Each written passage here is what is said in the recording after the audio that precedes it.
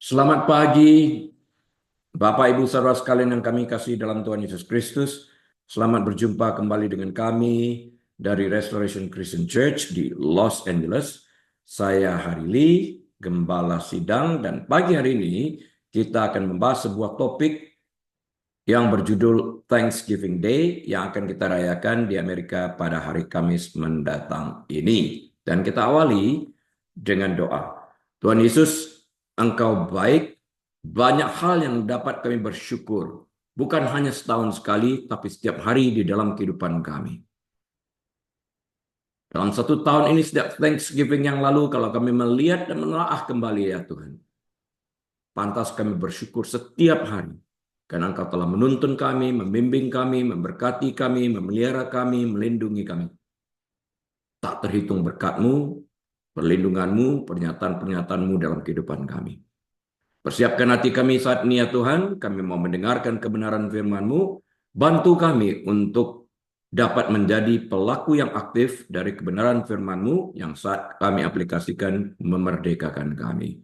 Kami menerima firman-Mu ya Bapa dengan hati mengucapkan syukur dan terima kasih di dalam nama Tuhan Yesus. Amin. Baik, Bapak Ibu Saudara sekalian, mari kita buka Alkitab kita kepada kitab Mazmur pasal yang ke-100 ayat 1 sampai dengan 5. Psalms chapter 100 verses 1 through 5. Saya akan bacakan untuk kita sekalian.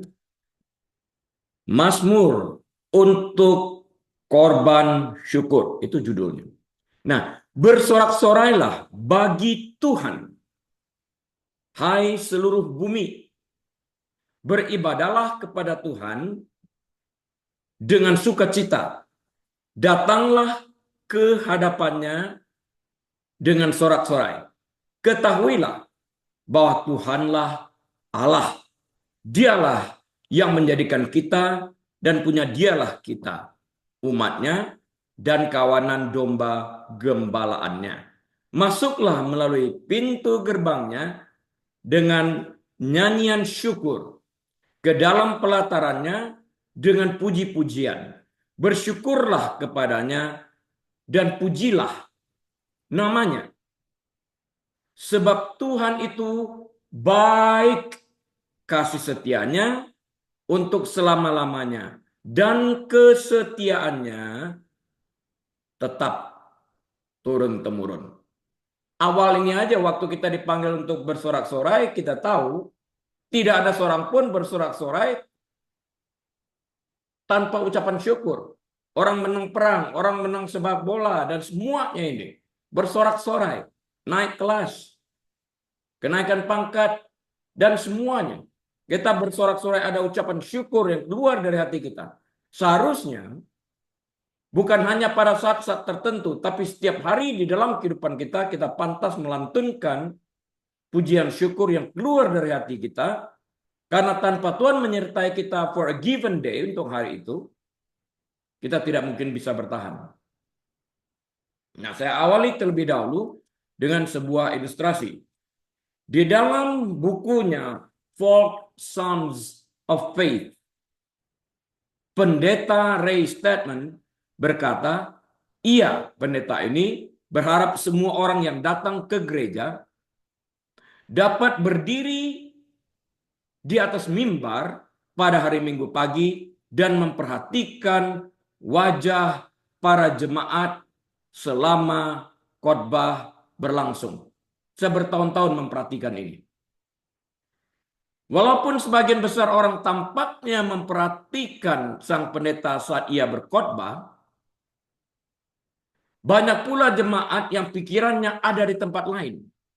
Saya pernah bertanya, apakah orang dapat berdosa pada saat ia sedang mengikuti kebaktian di gereja? Jawabannya sangat bisa, karena pikirannya ada di tempat lain. Statement menulis, tentunya menarik untuk mengetahui kemana saja pikiran orang-orang mengembara selama kebaktian. Bagaimana sikap jemaat mengikuti kebaktian melalui live streaming seperti saat ini. Bagaimana perilaku mereka? Kita yang tahu. Apakah kita tetap hormat kepada Tuhan atau tidak? Kita juga mengalami live streaming untuk hal-hal yang lain. Sekarang live streaming juga untuk pemeriksaan pasien, telemedicine. Kita nggak mungkin memecah belah perhatian kita, tapi tetap memfokuskan perhatian kita pada saat live streaming dan dokter. Atau apa saja pada live streaming tersebut. Bagaimana dengan live streaming yang kita alami pagi hari ini? Apakah pikiran kita terpecah? Ataukah kita sambil masak, kita sambil berdandan, dan sebagainya? Pilihannya ada pada kita. Apakah mereka hadir seperti di gereja? Ataukah mereka sambil bersantai ria? Berdandan dengan serentetan kegiatan lainnya dan beranggapan bahwa mereka sedang mengikuti kebaktian. Di manakah rasa hormat kita kepada Allah segala Allah, Raja segala Raja ini? Yang kita akui dengan mulut kita sebagai Tuhan. Apakah hati kita mengakuinya? Perbuatan kita menunjukkan apa yang kita akui. Apakah dia kita akui sebagai Tuhan dan Juru Selamat kita? Raja kita. Itu harus sesuai dengan perilaku kita. Untuk memperoleh manfaat besar, bahkan manfaat terbesar dari kebaktian di gereja maupun live streaming, kita harus mempersiapkan hati dan menjadi peserta yang aktif.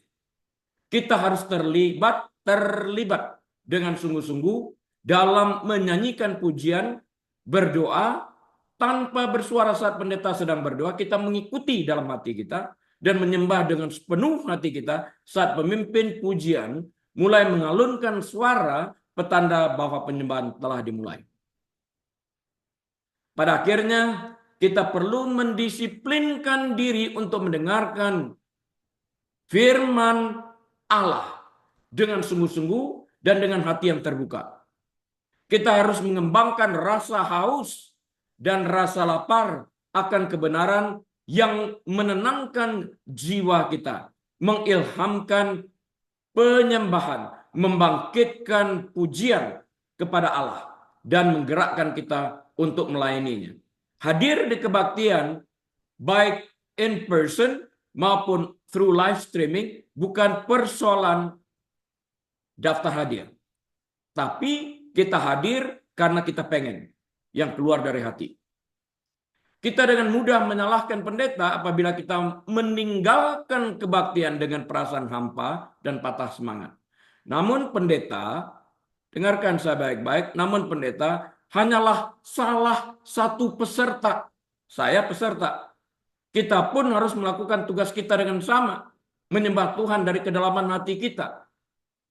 Mereka yang memperoleh berkat paling banyak, kalau tidak terbanyak, dari penyembahan adalah mereka yang memberikan peranan yang paling banyak juga. Setelah COVID, kita dapat menghadiri kebaktian langsung di gedung gereja atau live streaming. Pilihannya ada pada kita.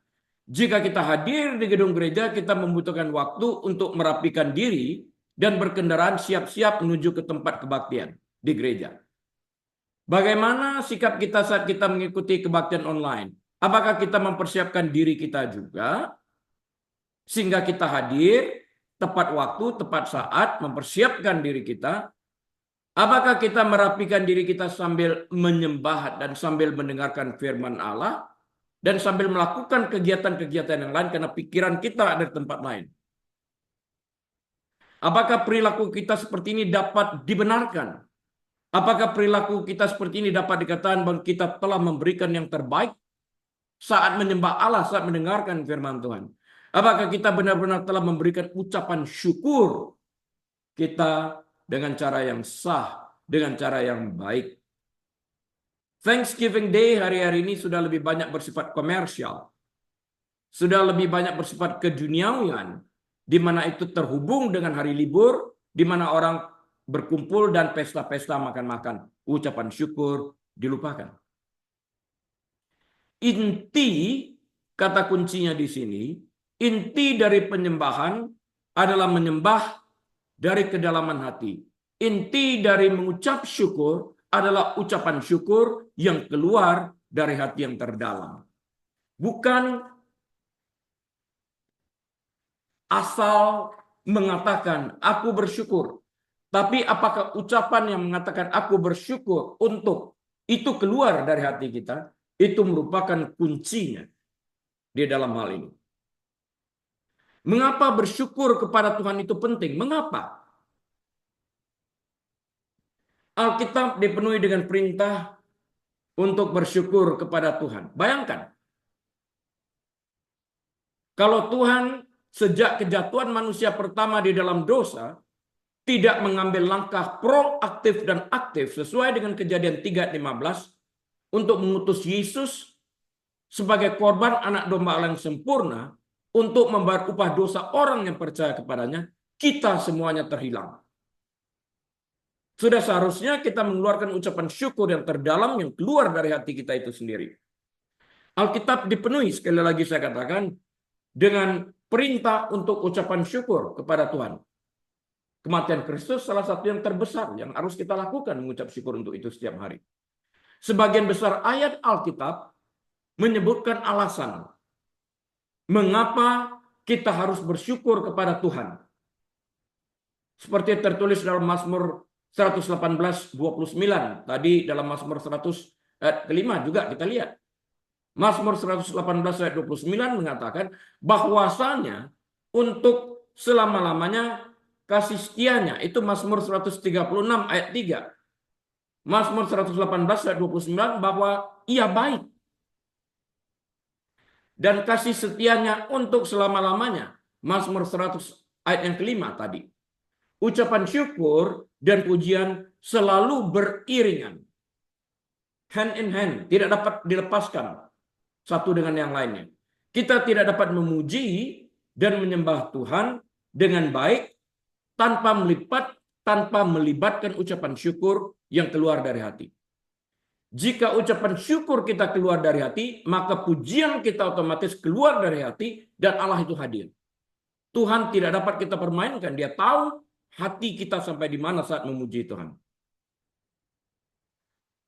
Merasakan dan mengungkapkan rasa terima kasih itu baik bagi kita. Cobalah kita pikir sejenak.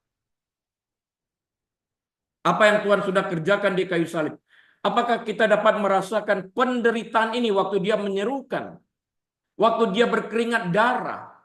Waktu Dia menyerukan, Allahku, Allahku, mengapa engkau meninggalkan aku? Itu suara kita. Karena Dia tidak memanggil Bapaknya Allahku, tapi Abba, Father, Papa yang dipanggil. Bisa nggak kita merasakan penderitaan yang sedemikian rupa, bukan hanya secara fisik Dia disiksa, tapi juga secara emosional, secara mental. Menanggung beban yang harus kita tanggung, tapi diberikan kepada Dia. Kalau kita bisa berpikir sejenak aja tentang hal itu, tidak mungkin tidak, kita harus akan mengeluarkan ucapan syukur yang keluar dari hati kita, dan otomatis kita tidak akan mau dengan secara sengaja memilih untuk berbuat dosa.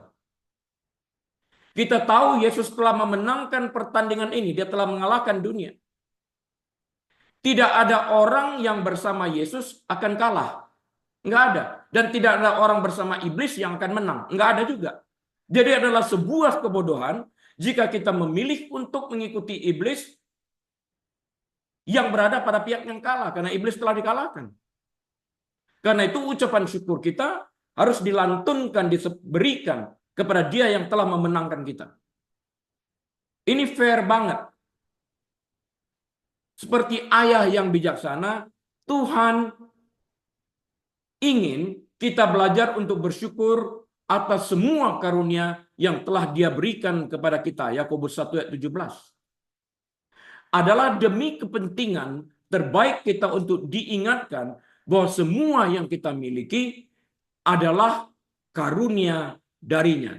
Karunia yang terbaik itu adalah karunia perkenanan. Jika Allah berkenan kepada kita, Ia akan memberkati kita dengan perkenaannya itu. Ini luar biasa. Alkitab mencatat sebelum meminta aja dia sudah tahu. Dan karena kita berkenan, kita berkenan kepada dia, maka permintaan kita itu otomatis sesuai dengan perkenaan itu, seturut dengan apa yang diinginkannya, sejalan dengan apa yang tertulis dalam Alkitab. Jika kita berdoa sesuai dengan apa yang tertulis di dalam Alkitab, itu sudah di-approve. Nggak terlalu repot, karena sudah ada stempelnya, disetujui. Memudahkan kita. Tanpa rasa syukur, Bapak Ibu Saudara sekalian, kita menjadi sombong dan mementingkan diri kita sendiri. Kita beranggapan, kita kok ingat tentang Gideon, dia memilih dari sekian banyak orang, disuruh macam-macam percobaan, dan terakhir suruh minum, dan akhirnya dipilih 300 orang.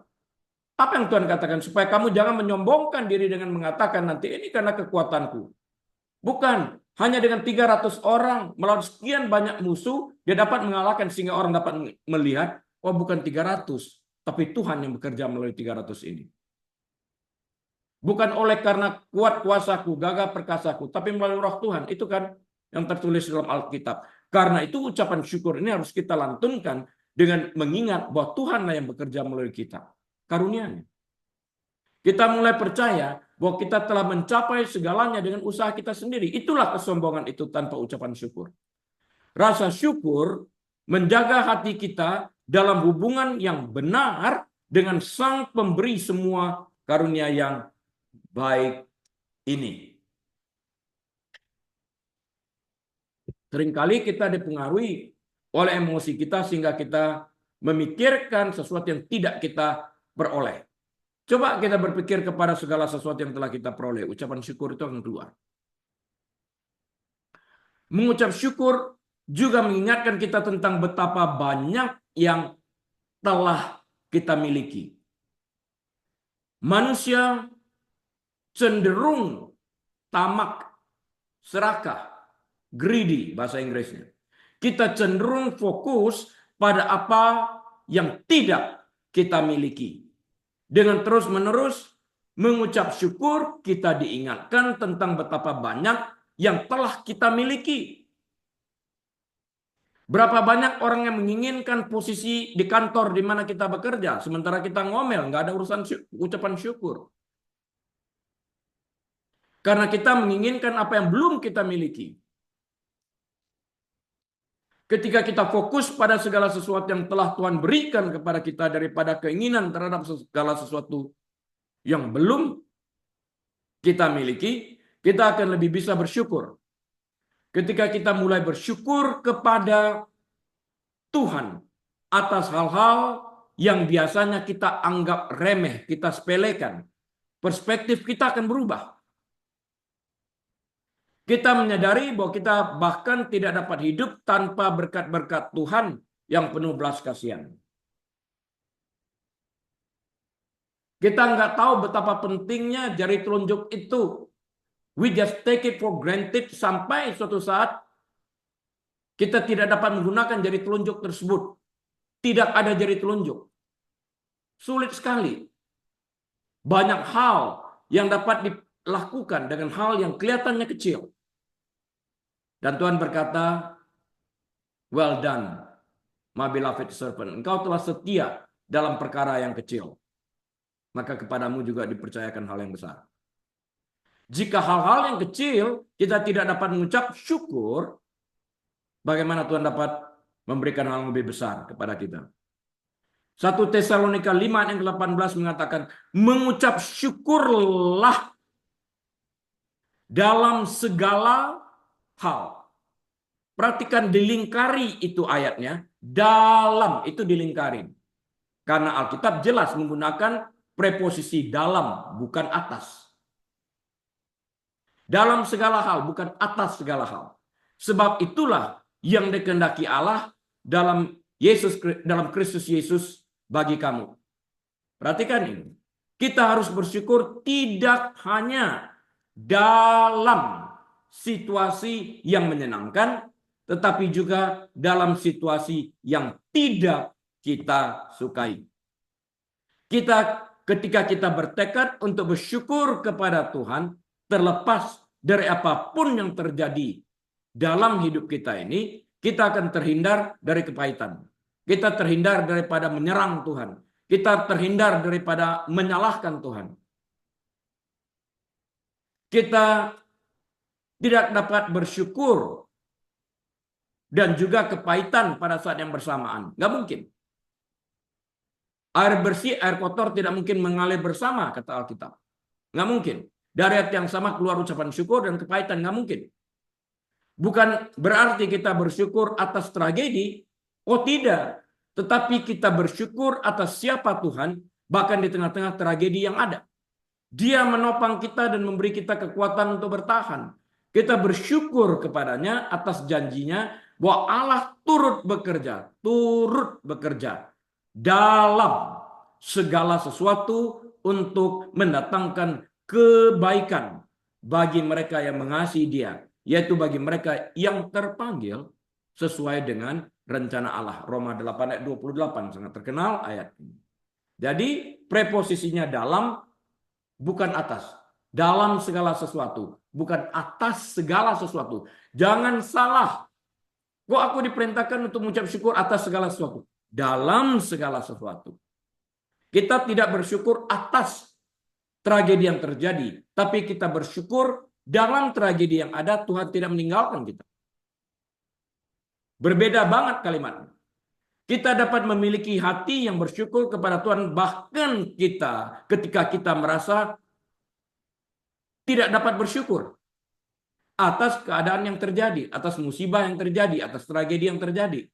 Kita tidak bersyukur atas musibahnya. Kita tidak bersyukur atas musibah yang terjadi. Tidak. Kita bersyukur karena Tuhan tidak pernah meninggalkan kita. Ia justru memberikan kita kekuatan, penghiburan, hikmat dan marifat, serta jalan keluar terhadap setiap keadaan yang kita alami. Sesuai dengan Roma 8 ayat 28 tadi. Tuhan turut bekerja dalam segala sesuatu untuk mendatangkan kebaikan bagi orang yang percaya kepadanya, yang mencintai Dia, berkenan kepadanya. Kita dapat berduka, namun kita tetap dapat bersyukur. Kita dapat terluka, dan namun tetap dapat bersyukur. Kita dapat marah terhadap dosa, dan namun tetap dapat bersyukur kepada Tuhan. Itulah yang Alkitab sebut sebagai korban pujian. Ibrani 13 ayat 15. Nah, hari ini dapat mengerti ya, apa sih korban pujian? Ini yang barusan saya jelaskan. Itulah korban pujian. Mengucap syukur kepada Tuhan, menjaga hati kita dalam hubungan yang benar dengannya, dan menyelamatkan kita dari sejumlah emosi dan sikap yang merugikan atau akan merugikan kita, yang akan merampas kedamaian yang Tuhan ingin kita alami. Karena kita emosi dan mengikuti emosi, sehingga logika kita tidak bekerja. Kita tidak menjalankan apa yang Tuhan inginkan. Belajar lagi dari peristiwa Kain. Dia ngikutin emosinya, dia bunuh Habil saudaranya. Andai kata dia berhenti sejenak, dia mengikuti apa yang Tuhan sarankan kepada dia, Tuhan janji loh untuk memberkati dia. Apakah masalah selesai setelah Habil mati? Tidak. Muncul masalah yang lain kan? Dia takut dan sebagainya. Kutuk datang menimpa dia. Apa yang Alkitab katakan tentang rasa syukur? Rasa syukur adalah tema Alkitab yang banyak dibicarakan karena Alkitab menyarankan kita, memerintahkan kita bahkan untuk bersyukur senantiasa. Dalam segala hal, bukan atas segala hal. 1 Tesalonika 5 ayat 16 sampai 18, bersukacitalah senantiasa. Dilingkarin itu senantiasa. Dalam segala hal. Tetaplah berdoa. 18, mengucap syukurlah dalam segala hal. Bukan atas segala hal ya, lingkarin lagi itu dalam segala hal. Sebab itulah yang dikehendaki Allah di dalam Kristus Yesus bagimu. Bagi kamu. Apakah Anda memahaminya? Apakah kita memahaminya? Bersyukurlah dalam segala situasi, dalam segala hal. Rasa syukur seharusnya menjadi gaya hidup kita yang mengalir secara alami dari hati yang terdalam yang keluar dari mulut kita. Karena apa yang keluar dari mulut harus berasal dari hati. Itu berkenan kepada Allah. Kalau keluar kata-kata yang jahat, Tuhan tahu juga itu berasal dari hati yang jahat. Dengan menggali kitab suci sedikit lebih dalam lagi, kita akan memahami mengapa kita harus bersyukur. Dan juga bagaimana cara bersyukur dalam berbagai situasi yang kita alami. Mazmur 136 ayat 1. Seperti yang saya katakan tadi, Mazmur banyak ucapan syukurnya. Kita belajar dari Mazmur. Daud, pemazmur yang menulis ini. Bersyukurlah kepada Tuhan. Mengapa? Mazmur 136 ayat 1 ini menjawab. Sebab ia baik. Ia sumber segala kebaikan. Tapi aku tidak mengalami kebaikan. Itu bukan berasal dari Tuhan. Tuhan hanya memberikan yang terbaik. Titik. Dia tidak dapat memberikan sesuatu yang jahat. Yang jahat berasal dari sumbernya. Ada dua sumber. Sumber kejahatan, sumber kebaikan. Allah sumber kebaikan. Iblis sumber kejahatan. Kita harus mengerti ini. Bahwasanya untuk selama-lamanya kasih setianya. Untuk selama-lamanya. Eternal. Jadi nggak mungkin ia tidak baik. Ia baik untuk selama-lamanya. Di sini kita memiliki dua alasan untuk bersyukur. Yang pertama, kebaikan Allah yang terus-menerus tidak pernah berhenti, dan yang kedua kasihnya yang kekal.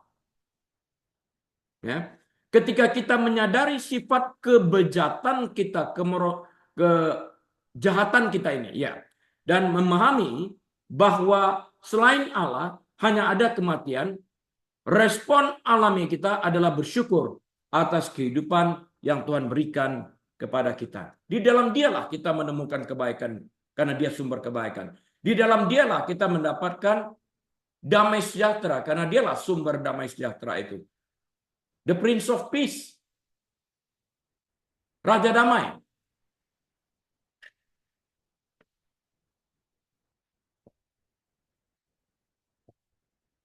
Mazmur 30 memuji Tuhan atas pembebasannya.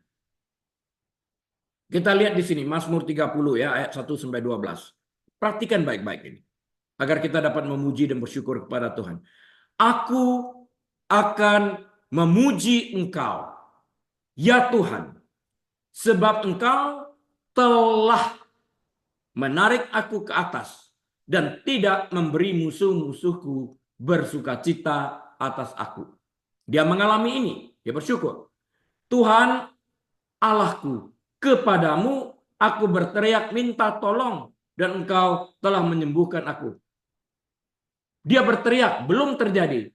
Dia berteriak minta tolong, dia bersyukur. Dan Tuhan turun tangan menolong dia. Ketiga, Tuhan, Engkau mengangkat aku dari dunia orang mati. Engkau menghidupkan aku di antara mereka yang turun ke liang kubur. Dia bersyukur atas perlindungan yang diberikan. Kita lanjut dengan ayat 11. Aku yang meratap telah kau ubah menjadi orang yang menari-nari. Kain kabungku telah kau buka. Kesedihan yang menyelimuti jiwaku telah engkau angkat. Itu artinya. Pinggangku kau ikat dengan sukacita.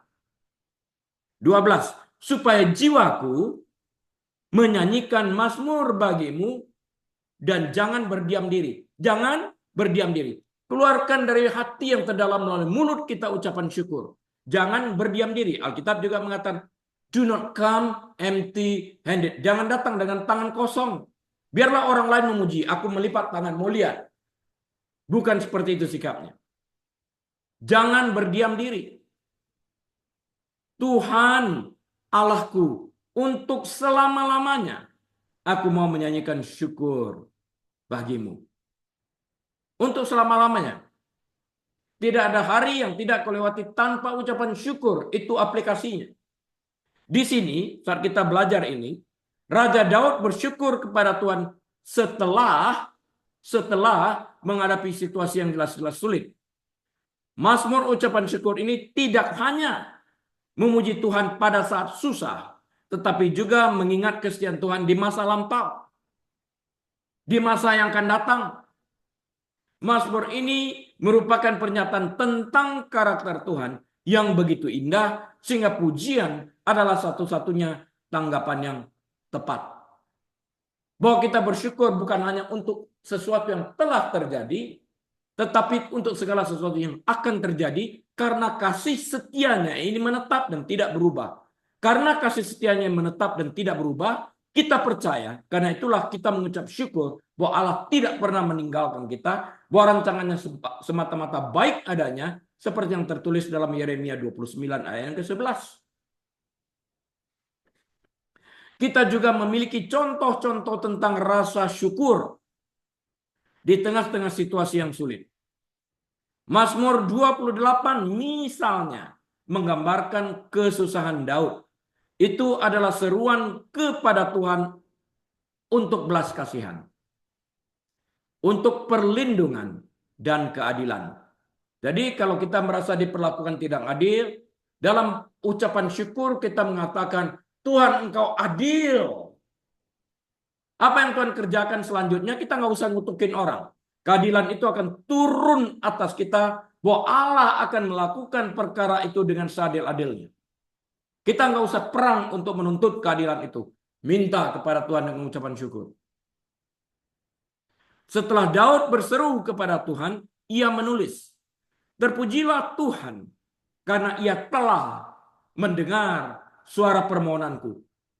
Dia menggambarkan kesusahannya terhadap ketidakadilannya.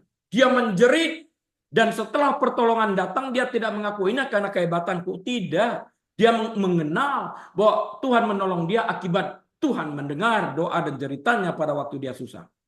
Dan setelah terjadi, berapa banyak orang yang lupa mengucap syukur. Sama seperti 10 penderita kusta yang disembuhkan, hanya satu kembali untuk mengucap syukur kepada Tuhan. Apakah itu yang terjadi dengan kita? Banyak ya hal ini terjadi. Lupa bersyukur. We take it for granted. Waktu susah marah sama Tuhan.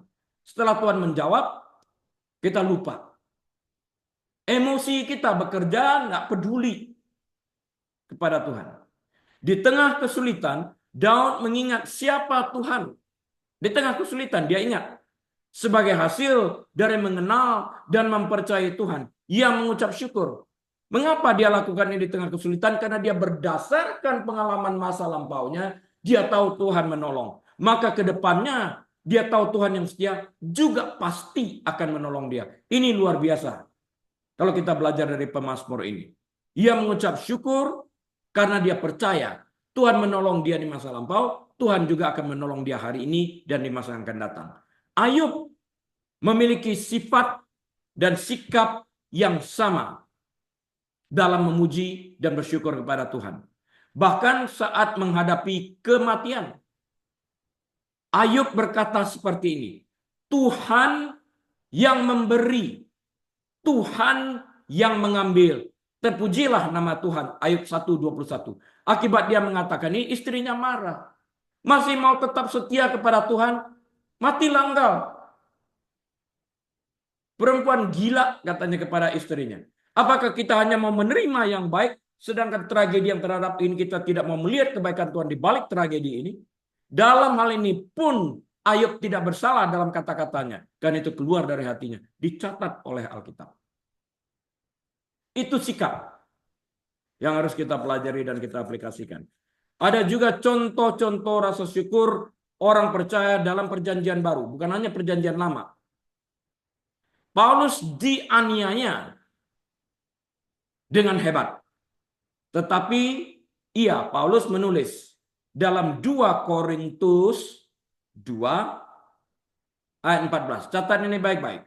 Tetapi syukur bagi Allah yang dalam Kristus selalu dilingkari membawa kami di jalan kemenangannya. Dengan perantaran kami, Tuhan Yesus, menyebarkan keharuman pengenalan akan Dia di mana-mana. Dimanapun kami berada, keharuman nama Tuhan itu dipermuliakan. Karena mereka berjalan sederap dengan langkah kaki Tuhan. Kalau dalam perjanjian lama, waktu awan api bergerak, mereka bergerak. Waktu awan api di malam hari diam, mereka diam berkemah. Tiang api itu. Siang hari waktu awan berjalan, mereka berjalan. Waktu diam mereka diam. Jadi mereka berjalan, saat Tuhan berjalan, waktu Tuhan diam mereka diam. Ini luar biasa. Kita berjalan turut dengan irama Tuhan.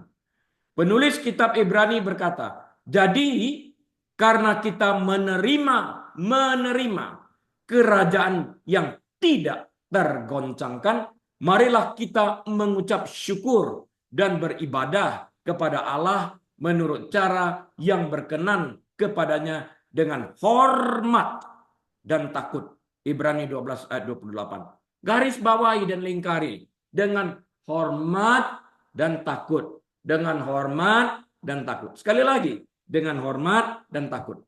Selidiki hati kita saat kita beribadah. Apa dengan hormat dan takut? Kita yang tahu.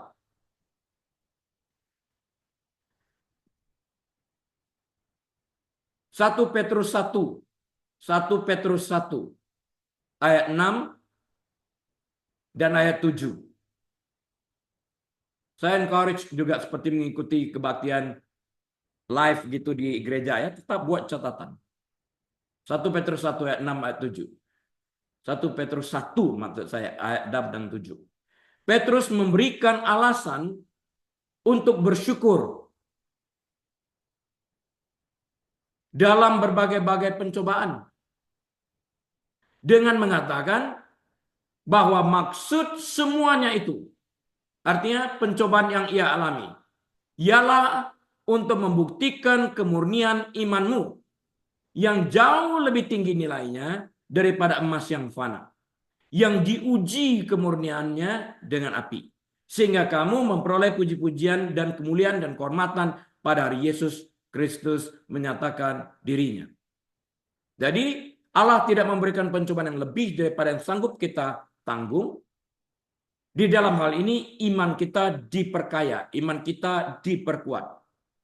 Umat Allah adalah orang-orang yang bersyukur karena mereka menyadari betapa banyak yang telah diberikan kepada mereka. This too shall pass. Saya baru kemarin pagi mengingat waktu saya pegang bekas luka operasi itu. Terbayang saya sakit itu seperti apa, api di dalam mulut, nggak bisa makan, 13,5 pound turun. Menderita banget, nggak bisa makan, nggak bisa menelan, air liur pun nggak bisa ditelan dalam kesakitan. Harus bersabar 6 minggu, makan antibiotik dosis tinggi. Berharap kepada Tuhan setiap hari. Perkataan seperti, this too shall pass. Ini pun akan berlalu. Yang memberikan kekuatan kepada saya. Sebentar lagi kok akan lewat. Salah satu ciri manusia akhir zaman, ini ciri manusia pada akhir zamannya, perhatikanlah. Kita lihat di sekeliling kita. Adalah kurangnya rasa bersyukur. Apa yang meningkat kalau rasa kurang bersyukur? Tuntutan. Menurut 2 Timotius 3 ayat 2, orang-orang jahat, apakah kita dikategorikan sebagai orang jahat? Kita yang tahu. Kategorinya, orang-orang jahat tidak tahu berterima kasih. Kita harus bersyukur karena Allah layak menerima ucapan syukur kita. Yakobus 1 ayat 17 mengatakan, sudah sepantasnya atau sudah sepatutnya kita memujinya atas setiap pemberian yang baik dan setiap anugerah yang sempurna yang datang dari atas, yang diberikannya kepada kita. Ketika kita bersyukur, fokus kita beralih dari keinginan yang egois dan dari rasa sakit akibat keadaan saat ini kepada Dia yang setia. Karena fokus kita kepada kebaikannya. Karena fokus kita kepada harapan kita di dalam Dia yang memberi pertolongan kepada kita sehingga kita dimampukan untuk berkata, this too shall pass. Ini pun akan berlalu. Nggak akan kekal penderitaan itu. Mengungkapkan rasa syukur membantu kita mengingat bahwa Allah yang memegang tali kendali. Jika kita tidak bersyukur, kita sepertinya mengatakan bahwa Allah tidak memegang kendali sehingga kita berada dalam keadaan ini. Jadi, rasa syukur tidak hanya pantas dan patut, tetapi juga menyehatkan dan bermanfaat bagi kita. Baik secara rohani maupun secara emosional, maupun secara mental. Akan membangun kita, rasa percaya kepada Tuhan itu akan meningkat. Rasa syukur mengingatkan kita akan gambaran yang lebih besar dari diri kita sendiri bahwa Dia yang memegang kendali atas kehidupan kita. Ucapan syukur mengatakan hal itu. Tetap hadir di dalam kehidupan kita dan kita percaya saatnya pertolongan itu akan datang. Bahwa kita adalah milik Allah. Itu pernyataan lainnya. Dan bahwa kita telah diberkati dengan setiap berkat rohani maupun jasmani. Baik di masa yang lampau maupun hari ini dan di masa yang akan datang. Sungguh kita memiliki kehidupan yang berkelimpahan. Dan rasa syukur adalah hal yang tepat. Saat saya berada di Jakarta, kalau saya menilai kembali, melihat kembali orang-orang yang tinggal di bawah kolong jembatan, sempat saya terpikir, bukankah mereka juga bersyukur kepada Tuhan? Banyak juga orang Kristen. Apakah hal ini berarti mereka tidak diberkati oleh Tuhan? Pemikiran kita yang salah. Apakah karena lantas dia tidak memiliki rumah dan tinggal di bawah kolong jembatan berarti dia tidak diberkati Tuhan? Bisa jadi orang ini mendapatkan sesuatu yang lebih baik di surga daripada orang yang menganggap dirinya ini baik. Kita harus menyadari akan hal itu. Mengungkapkan rasa syukur membantu kita mengingat bahwa Allah yang memegang tali kendali ini. Jadi, rasa syukur tidak hanya pantas, tapi juga memanfaatkan dan bermanfaat bagi kita. Rasa syukur mengingatkan kita akan gambaran yang lebih besar, saya katakan. Bahwa kita milik Allah ini. Bahwa segala sesuatu yang telah Allah kerjakan akan Allah kerjakan lagi di dalam kehidupan kita, mendatangkan kebesaran kemuliaan bagi namanya. Mengapa kita harus mengucap syukur dalam segala hal? Mengapa?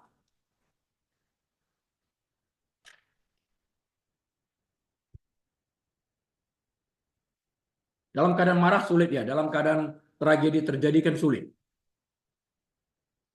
Dalam bagian yang sangat praktis dari surat pertama Rasul Paulus kepada jemaat di Tesalonika, ia mendorong para pembacanya untuk mengucap syukur dalam segala hal. Perhatikan lagi itu, dalam segala hal, bukan atas segala hal. 1 Tesalonika 5 ayat ke-18.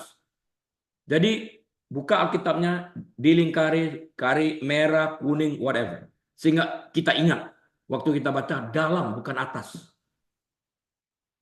Dalam konteks langsungnya, ia telah menasihati mereka untuk selalu atau senantiasa bersukacita dan berdoa tanpa henti. Ini adalah karakteristik ciri khas yang dapat dikenali dari seseorang yang dikuatkan dan yang bertumbuh dalam imannya. Ucapan syukur itu tidak berhenti saat tragedi terjadi. Ini orang yang beriman. Dua yang pertama cukup mudah dipahami. Bersukacita dan berdoa bukanlah ide yang rumit. Bukan. Namun, instruksi Paulus bahwa orang percaya, orang yang beriman di Tesalonika harus mengucap syukur dalam segala hal, menghadirkan tantangan yang unik. Doa atau ucapan syukur kalau berhenti di sana, ya orang doa ucapan syukur saat senang aja. Itu pun kadang-kadang lupa setelah diberkati oleh Tuhan. Atau sering lupa, atau melupakan. Baru ingat Tuhan lagi saat susah.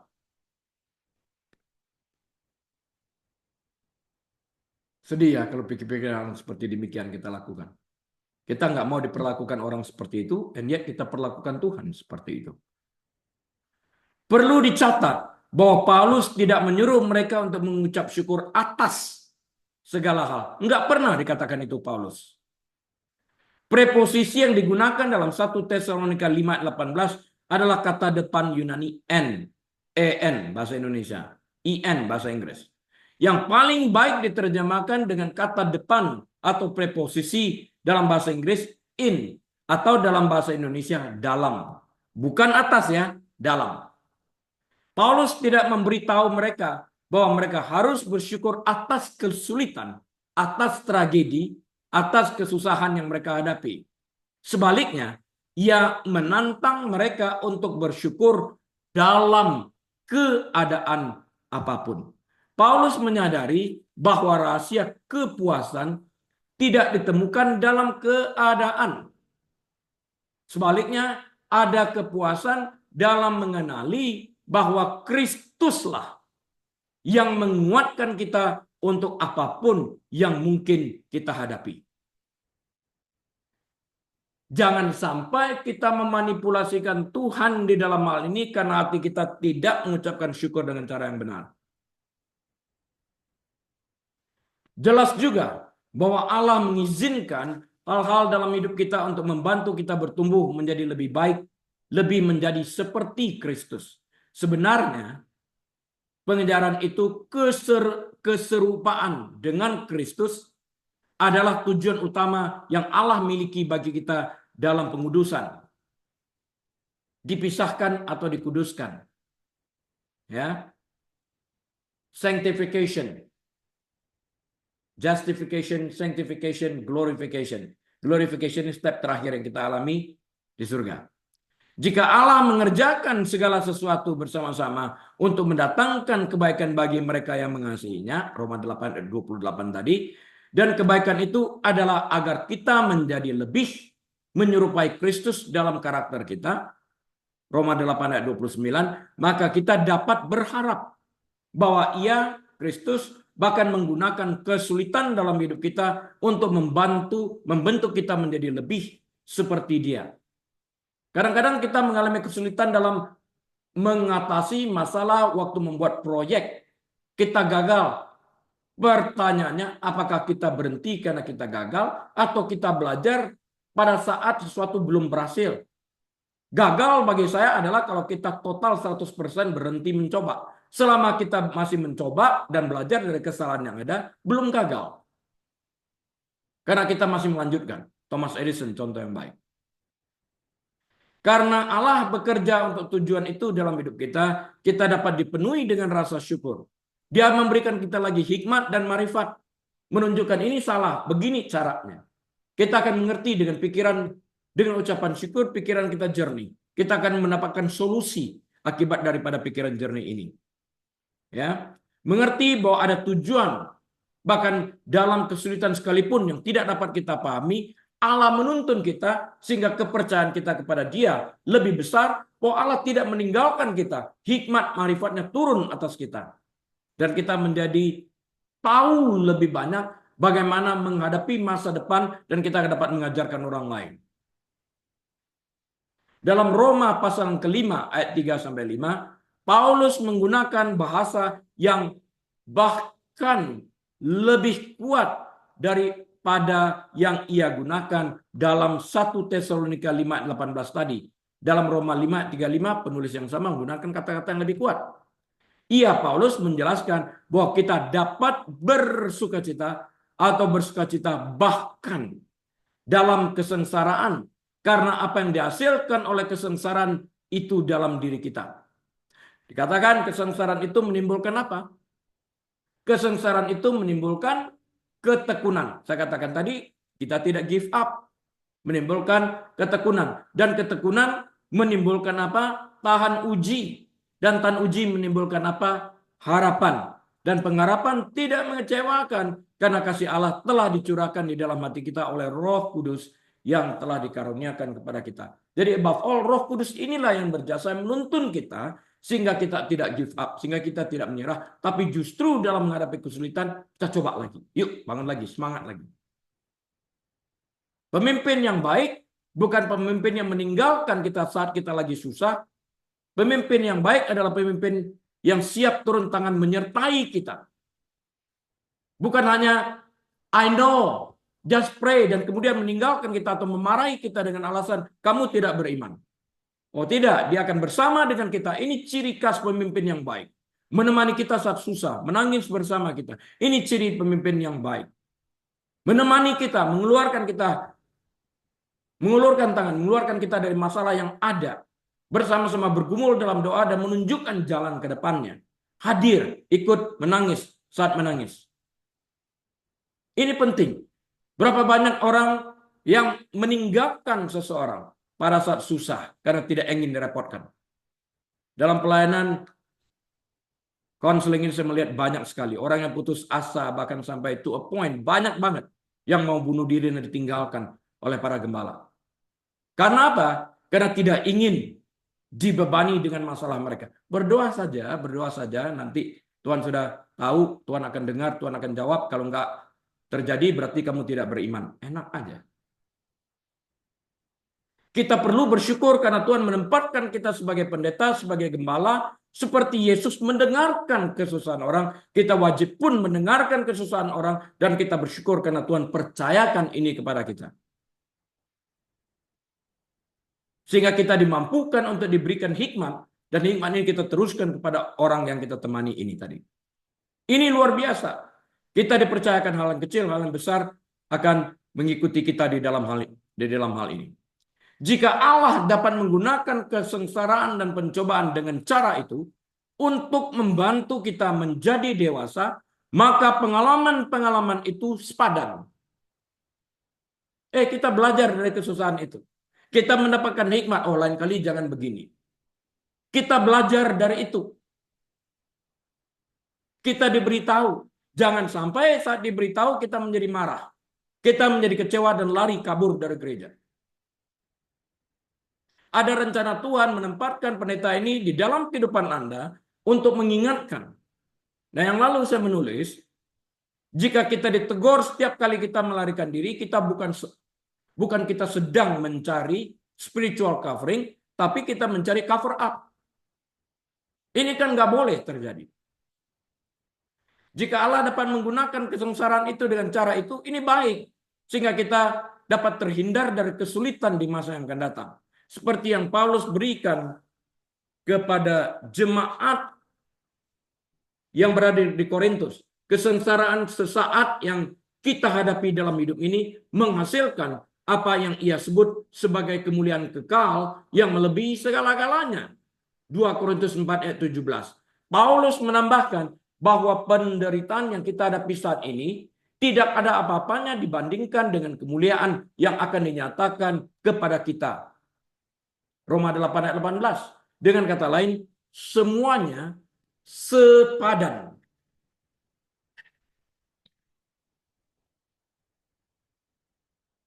Jika kita memiliki perspektif gambaran besar seperti ini, Bapak Ibu Saudara sekalian, kita dapat bersyukur dalam segala hal karena kita memahami bagaimana Allah menggunakan hal-hal itu dalam kehidupan kita untuk menumbuhkan kita sekarang dan di masa yang akan datang dengan tujuan untuk menghindarkan kita dari kesulitan yang akan datang. Kita diperlengkapi dengan hikmat marifat dari masalah yang kita hadapi hari ini. Yesus mengilustrasikan atas azas tersebut bagi para muridnya dalam Yohanes 16 ayat 21. Rasa, ini gambaran yang Yesus berikan ya, bagi wanita-wanita yang melahirkan. Rasa sakit saat melahirkan sangat hebat. Pembukaan sampai pembukaan 10 itu rasa sakit yang luar biasa. Ya. Dan selama proses persalinan mungkin hal itu sama sekali tidak sepadan. Namun ketika seorang ibu menggendong bayinya yang baru lahir, ia tidak lagi memikirkan rasa sakitnya, tetapi hanya kegembiraan yang telah dihasilkan. Dulu nggak ada suntik spinal dan sebagainya ini. Sekarang ada, meringankan. Dulu natural semuanya, rasa sakit itu dialami oleh ibu-ibu. Zaman dulu. Dengan cara yang sama, kita dapat mengucap syukur dalam segala hal, mengetahui bahwa kesulitan, kesukaran, dan penderitaan itu seperti rasa sakit saat bersalin, dan bahwa hasil dari karakter yang teruji dan harapan yang pasti itu seperti menggendong bayi yang baru lahir. Kita menggendong bayi yang baru lahir. Aduh, akhirnya berhasil. Aku lewati. Berapa sering kita mendengar rasanya seperti di neraka. Ya jangan diam dong, berjalan. Kalau diam di sana kau terbakar terus. Dan waktu keluar kita menggendong berkat penyertaan Tuhan itu. Ada kuasa dalam memahami apa yang telah Allah ungkapkan tentang bagaimana ia menyebabkan kita bertumbuh melalui hari-hari yang kita lewati bersama dia di dalam kesulitan tersebut.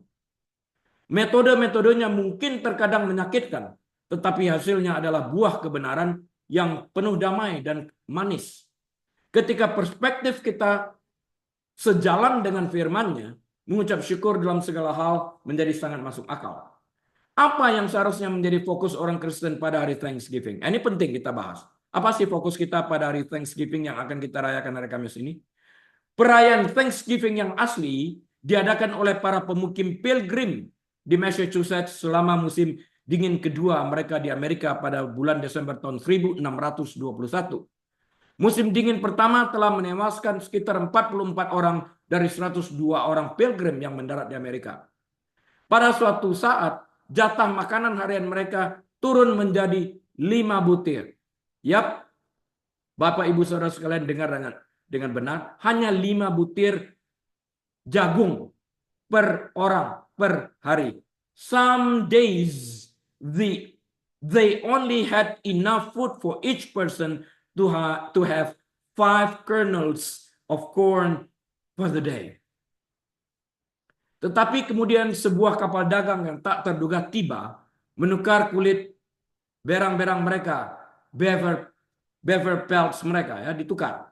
Kemudian ditukar itu dengan biji-bijian, dengan grain, sehingga mereka dapat memenuhi kebutuhan hidup mereka yang sangat mendesak. Dan penduduk asli mengajar menanam jagung. Panen musim panas berikutnya membawa harapan. Dan Gubernur William Bradford menetapkan bahwa tanggal 13 Desember tahun 1621 ditetapkan sebagai hari pesta dan doa untuk menunjukkan rasa terima kasih para pilgrims, para peziarah ini, karena mereka masih hidup. Dibantu oleh orang-orang asli yang tidak bermusuhan dengan mereka, kaum Indian ini. Para pilgrim, peziarah ini, yang mencari kebebasan beragama dan kesempatan di Amerika, bersyukur kepada Tuhan atas penyediaannya bagi mereka dalam membantu mereka menemukan 20 hektar tanah yang telah dibuka atas fakta bahwa tidak ada penduduk asli Amerika orang Indian yang bermusuhan dengan mereka di daerah itu.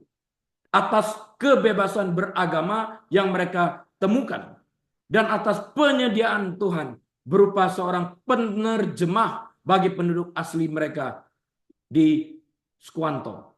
Kalau enggak, mereka enggak bisa berdialog dengan penduduk asli. Ada penterjemah. Bersamaan dengan pesta dan permainan yang melibatkan para pilgrims dan lebih daripada 80 penduduk asli yang dilibatkan di sana, menambah kemeriahan pesta tersebut dan rasa ucapan syukur. Mereka ikut membunuh kalkun liar dan dan konsum daging rusa liar juga. Doa serta khotbah dan lagu pujian menjadi bagian penting dalam perayaan tersebut. Bukan hanya sekedar pesta, tapi ucapan syukur. Mengingat mengapa mereka bersyukur. 3 hari dihabiskan untuk berpesta dan berdoa mengingat Tuhan atas segala kebaikannya. Sejak saat itu, Bapak Ibu Saudara sekalian, Thanksgiving dirayakan sebagai hari untuk bersyukur kepada Tuhan atas penyediaannya yang penuh kasih karunia dan kecukupan. Bukan hanya setahun sekali, kalau kita doa Bapa kami, kita berdoa untuk mendapatkan kecukupan untuk hari itu. Jadi kita perlu bersyukur untuk penyediaan Tuhan setiap hari. Presiden Abraham Lincoln secara resmi menetapkan Kamis terakhir bulan November tahun 1863 sebagai hari untuk bersyukur dan memuji Bapa kita yang murah hati. Ini Abraham Lincoln. Pada tahun 1941, Kongres memutuskan bahwa setelah tahun 1941, Kamis keempat bulan November diperingati sebagai hari Thanksgiving dan menjadi hari libur resmi. Karena itulah hari Kamis minggu depan ini sebagai hari Kamis terakhir dalam bulan November kita merayakan hari Thanksgiving sesuai dengan ketentuan ini. Secara alkitabiah kita menemukan hal-hal yang terkait dengan masalah ucapan syukur dari awal sampai akhir. Orang-orang mempersembahkan korban sebagai ucapan syukur dalam kitab Kejadian. Orang Israel menyanyikan lagu ucapan syukur saat mereka dibebaskan dari pasukan Firaun setelah menyeberangi Laut Merah. Kemudian hukum Musa menetapkan 3 kali setiap tahun saat orang Israel harus berkumpul bersama untuk menaikkan ucapan syukur. Yesus juga melakukan hal yang sama, bukan? Ketiga waktu ini, di mana ucapan syukur? Ketiga hari raya besar yang harus dirayakan oleh orang-orang Israel, pria Israel yang dewasa. Yaitu yang pertama, hari raya roti tidak beragi, yang disebut juga hari raya Paskah. Paskah mereka, bukan Paskah yang kita layani ini. Hari raya panen atau Pentakosta. Dan hari raya pengumpulan hasil panen atau pondok daun. 3 hal itu. Melibatkan orang Israel yang berkumpul untuk mengingat persediaan dan kasih karunia Allah. Panen dan pondok daun terjadi secara khusus dalam kaitannya dengan persediaan Allah dalam panen berbagai pohon, buahan, dan tanaman. Mereka bawa dengan ucapan syukur. Ini panennya Tuhan, terima kasih untuk tanah yang subur. Terima kasih untuk buah yang Engkau limpahkan, kami mengucap syukur. Terima kasih untuk tanah berlimpah susu dan madunya ini.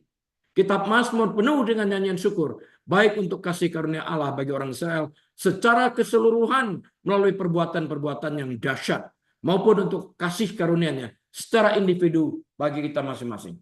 Sudahkah kita bersyukur untuk negara di mana kita boleh diam pada saat ini, untuk udara yang boleh kita hirup, untuk pekerjaan yang diberikan kepada kita, atau kita mengeluh terhadap pekerjaan yang ada pada kita, padahal orang berharap mendapatkan posisi kita ini? Dalam perjanjian baru, ada nasihat yang berulang untuk bersyukur kepada Allah. Ucapan syukur harus selalu menjadi bagian dari doa-doa kita. Berapa bagian yang paling diingat tentang mengucap syukur adalah sebagai berikut.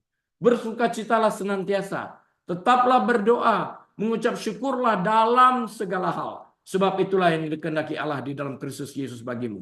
1 Tesalonika 5 ayat 16-18. Alasan yang berikutnya, janganlah hendaknya kamu khawatir tentang apapun, tetapi nyatakanlah dalam segala hal keinginanmu kepada Allah dalam doa dan permohonan dengan ucapan syukur.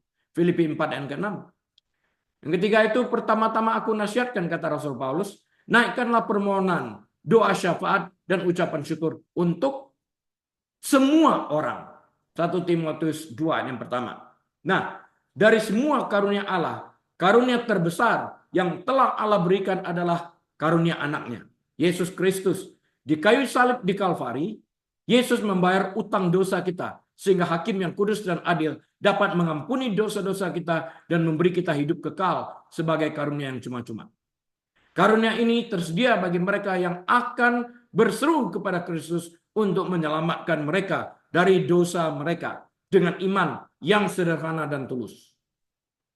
Atas karunia putranya, karunia memenuhi kebutuhan terbesar kita untuk keselamatan ini, Rasul Paulus berkata, syukur kepada Allah karena karunia-Nya yang tak terkatakan itu, yaitu keselamatan. 2 Korintus 9 ayat 15. Summary saya ini, kita sebagai para peziarah, sebagai pilgrim di dunia ini, punya pilihan. Dalam hidup akan selalu ada hal-hal yang dapat kita keluhkan, kita komplain. Para peziarah pada waktu itu telah kehilangan banyak orang yang mereka kasihi, 44 dari 102 itu. Tetapi akan ada juga banyak hal yang dapat kita syukuri. Cobalah kita yang berada di Amerika, sudah berapa lama? Apa yang dapat kita syukuri kalau kita memandang hari pertama kita ada di Amerika? Seiring dengan semakin sekulernya masyarakat kita, ucapan syukur kepada Allah yang sebenarnya selama liburan Thanksgiving tahunan kita mulai diabaikan. Yang tersisa banyaklah pesta. Kita sibuk dengan pesta pora. Kita terburu-buru mendengarkan firman. Kita terburu-buru dengan ucapan syukur. Kita tidak mengambil waktu. Semoga Allah mengabulkan agar kita dapat bersyukur kepada Dia dan menemukan kita bersyukur setiap hari atas semua karunia-Nya, baik rohani maupun jasmani. Allah itu baik. Dan setiap pemberian yang baik datang daripadanya. Yakobus 1 ayat 17. Bagi mereka yang mengenal Kristus, Allah juga turut bekerja dalam segala sesuatu yang mendatangkan kebaikan. Bahkan peristiwa-peristiwa yang kita anggap tidak baik, pada akhirnya kita melihat kebaikan di dalamnya. Roma 8 ayat 28-30. Semoga Allah, Bapa kita, menemukan kita sebagai anak-anaknya yang senantiasa bersyukur. Amin. Bapak, kami berterima kasih hamba-Mu telah selesai berbicara, telah selesai menyampaikan kebenaran firman-Mu. Roh Kudus Engkau berbicara kepada kami. Jemaat yang dikasihi Tuhan, mari kita buka pintu hati kita dan angkat kedua tangan kita. Tuhan memberi engkau, Tuhan memberkati engkau dan melindungi engkau. Tuhan menyinari engkau dengan wajah-Nya dan memberi engkau kasih karunia. Tuhan menghadapkan wajahnya kepadamu dan memberi engkau damai sejahtera. Tuhan membuat engkau menjadi kepala dan bukan ekor, naik dan tidak pernah turun. Engkau diberkati saat masuk, engkau diberkati saat engkau keluar. Diberkati bakulmu, diberkati tempat adonanmu, diberkati kandunganmu, diberkati perkawinanmu, diberkati rumah tanggamu, diberkati kesehatanmu, diberkati pelayananmu, diberkati anak cucumu. Apapun yang kau kerjakan dengan kedua tanganmu, Tuhan senantiasa yang membuat engkau berhasil. Dan Tuhan dipermuliakan. Dan biarlah kita boleh membuka lembaran waktu kita dengan hati penuh, dengan ucapan syukur dan terima kasih, dengan hikmat marifat yang berasal dari Allah Bapa, damai sejahtera dari Tuhan Yesus, dalam persekutuan yang manis dan erat bersama dengan Tuhan Allah Roh Kudus saat ini bahkan sampai selama-lamanya. Yesus datang kali keduanya menjemput kita semua yang percaya kepadanya. Haleluya. Amin. Baik Bapak Ibu Saudara sekalian, atas izin Tuhan kita akan bertemu kembali minggu depan. Bagi yang di Amerika, selamat merayakan hari Thanksgiving Day, hari Kamis ini. Tuhan Yesus memberkati dan menyertai. Saya Rili, mohon diri.